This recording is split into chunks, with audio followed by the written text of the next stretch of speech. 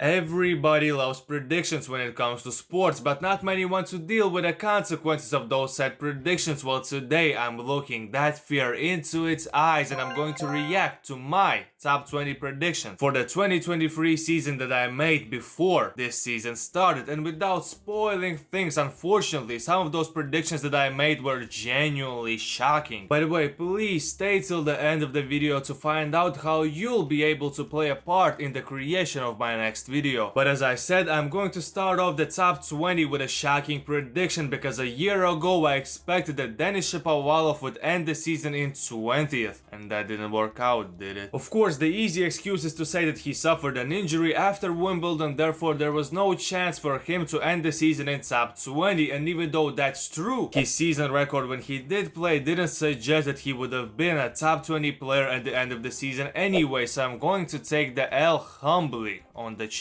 In 19th I had Lorenzo Musetti, and honestly I don't think that it was a bad prediction at the time. I expected to see improvement from Lorenzo this season, and although he did get that win against Djokovic in Monte Carlo, he actually dropped 4 positions in comparison to his 2022 year-end rankings, and in general he didn't give many other reasons to get excited for his future. Musetti ended the season in 27th, and in my opinion that's where he will stay for the foreseeable future. And now I want to address the people who say that I'm biased in my videos. First of all, of course I am, but secondly and most importantly, this time around I predicted that my favorite player, Frances Tiafoe, will end the season in 18th, when he actually finished the season in 16, which means the biased allegations have no merit to them. But no, I'm happy that I underrated him rather than overrated him, because that brings a little bit of positivity after a rather lackluster end of the season for Frances. In 17th I had one of the tennis players of all time, Cam Norrie, and actually my prediction was pretty close because he ended the season in 18th, so thanks to him for that I guess, but there is not much to talk about him, so we are moving on. I lied, I don't want to move on because the next placement is arguably the worst out of them all. In 16th I had Pablo Carreño Busta. He ended the season in 595th place, which means that I missed this prediction only by 579 positions. I mean, it's not the best day in the office for yours truly, but in this instance injury excuse is legit. Pablo only played 4 tour level matches in total in 2023 and won only one of them, so we will chalk up this mistake to the game just being the game. And things don't get better because in 15th I had Taylor Fritz, who ended the season in 10th. I said what I wanted to say about his season in my previous video where I ranked top 50 most entertaining players on tour. If you didn't, then check that video out as well, but yeah, nothing much more to say here. He had a pretty forgettable season in my opinion. In 14th I had Nick Kyrgios. He had all the hype around him after relatively good outings in Wimbledon and at the US Open, but he got injured, played only one match in 2023 in total, and now he's not even ranked, so it's not the most accurate prediction from me, but again, it's understandable. I expected a little bit of a dropout from Hurkacz in 2023 as I placed him in 13, but instead he finished the season 1 spot higher than he did last season. I'm not mad about this prediction as I was just 4 positions off, and if it wasn't for the great run of form that he had in Asia, I think I would have been spot on with my prediction, so it's all good. Another one who I expected to see lower in the rankings in comparison to 2022 was Felix Auger-Aliassime, and he didn't disappoint. In fact, he was too bad and he ended the season in 29th, and with his talent that's not where he should be. He played one good tournament all season and obviously it wasn't enough to end the season in the top 20.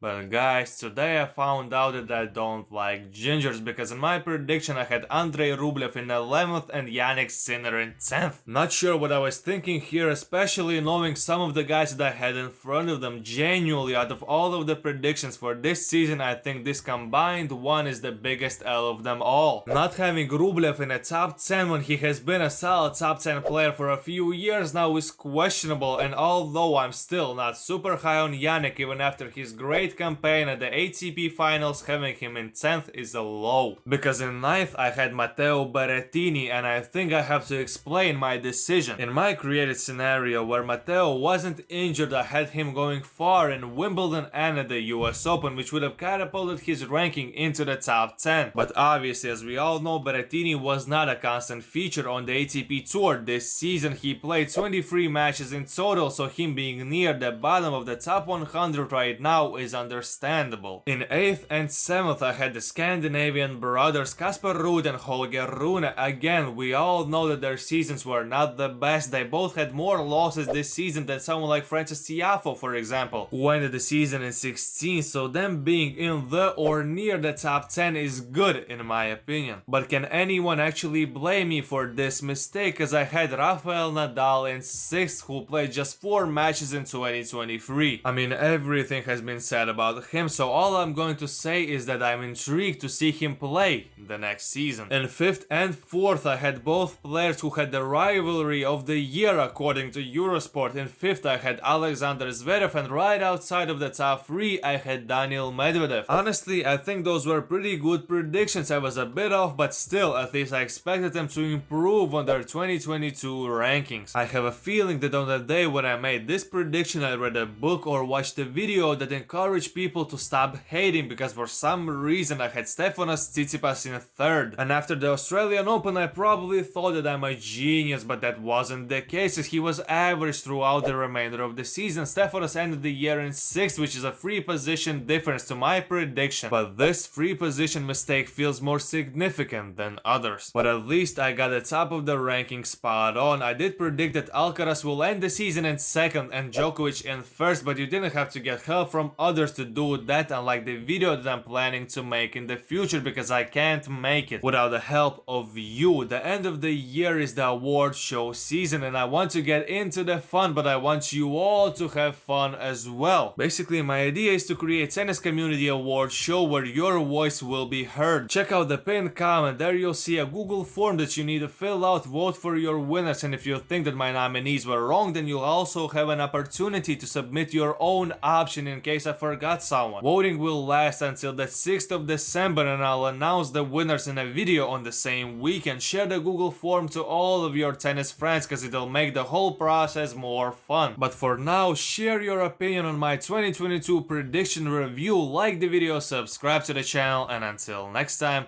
take it easy, my friend.